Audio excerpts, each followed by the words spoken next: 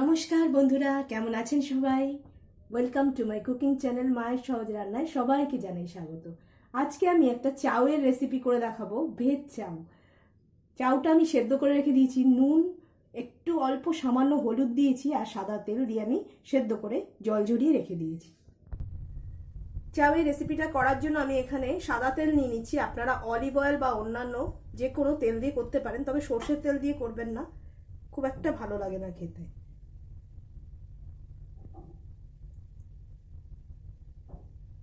আমি এখানে 2 টেবিল স্পুনের মতো তেল দিয়ে দিলাম। অনেকেই আছেন যারা সস দিয়ে চাউ খেতে পছন্দ করেন না বা বেশি গ্রেভিওয়ালা চাউ খান না, বেশি স্পাইসি জিনিস খেতে পছন্দ করেন না, তারা এরমভাবে চাউ বানিয়ে খাবেন। এটা কিন্তু যে কোনো জার্নিতেও আপনারা নিয়ে যেতে পারেন বক্সে। আর তাছাড়া আপনারা এটা কিন্তু স্ন্যাক্সে বা সকালে ব্রেকফাস্টেও খেতে পারেন, খুব ভালো লাগবে খেতে।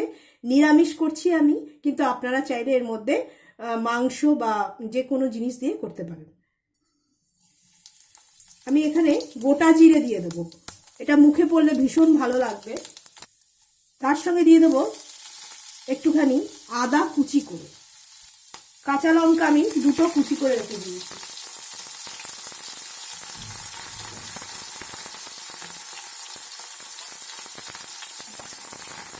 খুব সিম্পল আর খুব সুন্দর খেতে। দেখবেন এই চাউটা খেলে খুব শরীরটাও হালকা লাগবে। যাদের অ্যাসিডিটির প্রবলেম আছে তাদের কিন্তু কিচ্ছু হবে না। এখানে আমি কিছুটা আলু কেটে ছোট ছোট করে কেটে দিয়েছি। একটাই আলু নিয়েছি আমি মাঝারি সাইজে, সেটা একটু ভেজে নেব। আলুটা একটু ভেজে নিলাম। এবার আমি একটু কড়াইশুঁটি দিয়ে দিচ্ছি। আপনারা যে কোনো পছন্দের সবজি দিতে পারেন, তবে এই চাউয়ের রেসিপিটা কিন্তু বেশি সবজি দিলে ভালো লাগে না। আলু অনুযায়ী আমি অল্প এখন নুন দিয়ে দিচ্ছি, পরে আমি আবার নুন দেবো। আমরা চাউয়ে কেউই হলুদ দিই না, কিন্তু এই রান্নাটা একটু হলুদ দিলে খুব ভাল লাগে। আমি সেদ্ধ সময় দিয়েছি আর এখন দিলাম ভীষণ সামান্য 1 পিঞ্চ। সামান্য মিষ্টির জন্য আমি বাতাসা দিচ্ছি।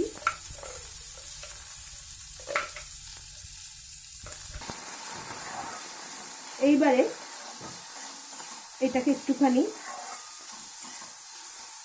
আলুটা সেদ্ধ হয়েছে কিনা শুধু দেখতে হবে। আমি একটুখানি জল দিয়ে দেবো এর মধ্যে, সামান্য জল দিয়ে দিচ্ছি আমি।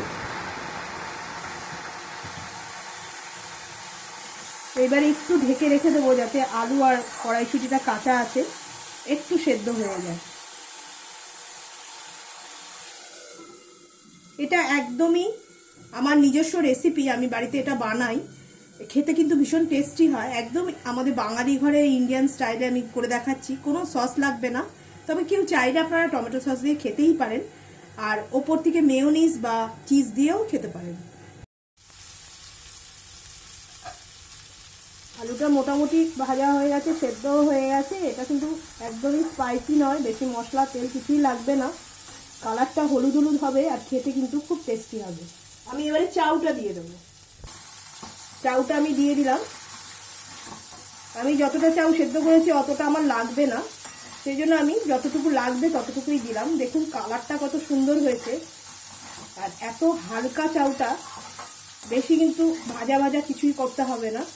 আমি এর মধ্যে একটু জল দিয়ে দেবো যাতে চাউটা একদম শুকনো না হয়ে যায়, কারণ কোনো সস দেওয়া হচ্ছে না, তো চাউটা শুকনো হয়ে যেতে পারে। আমি একটু জল দিয়ে দেবো। চাউ সেদ্ধ করার সময় আমি নুন দিয়েছি, আর তাছাড়া আমি আলুর মধ্যেও নুন দিয়েছি, কাজে আমি বেশি নুনটা দিলাম না, চাউ আন্দাজে আমি নুনটা দিলাম। এইবারে জাস্ট নাড়াচাড়া করব।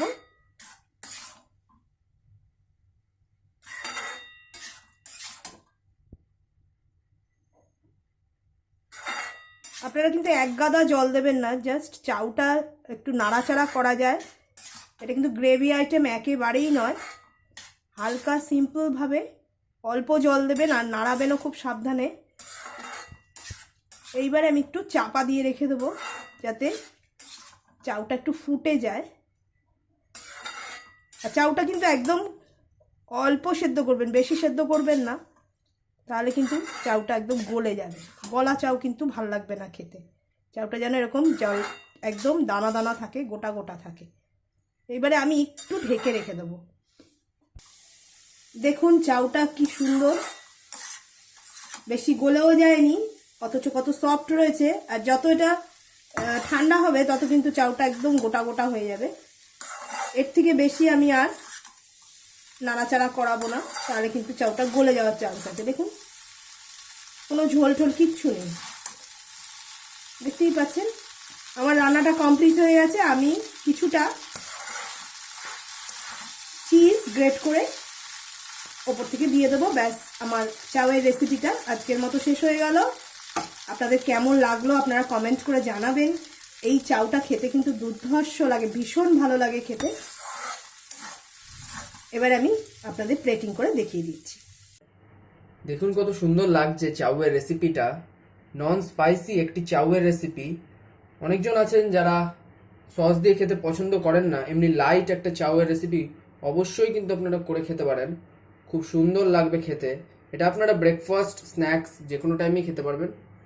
আর কত কম টাইমে আর কত কম ইনগ্রিডিয়েন্টস দিয়ে সুন্দর একটা চাউয়ের রেসিপি তৈরি হয়ে গেল। আশা করি সবার খুব ভালো লাগবে। এই রান্নাটা কিন্তু বাচ্চা, বয়স্ক সবার ভালো লাগবে খেতে।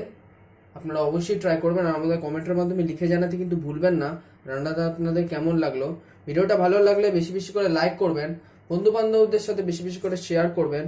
আর সাবস্ক্রাইব যারা এখনো করেননি তারা অবশ্যই সাবস্ক্রাইব করে অল বাটনটি প্রেস করে দেবেন। আর আমরা দেখুন চিজ দিয়েছি, আপনারা চাইলেও চিজ দিতে পারেন, ওর জন্য আরো সুন্দর কিন্তু খেতে লাগে। আর আমাদের একটা মায়ের সহজ রান্না বলে একটা ফেসবুক পেজ আছে, ওটাকে কিন্তু যারা এখনো ফলো করেননি তারা অবশ্যই ফলো করে দেবেন। ধন্যবাদ।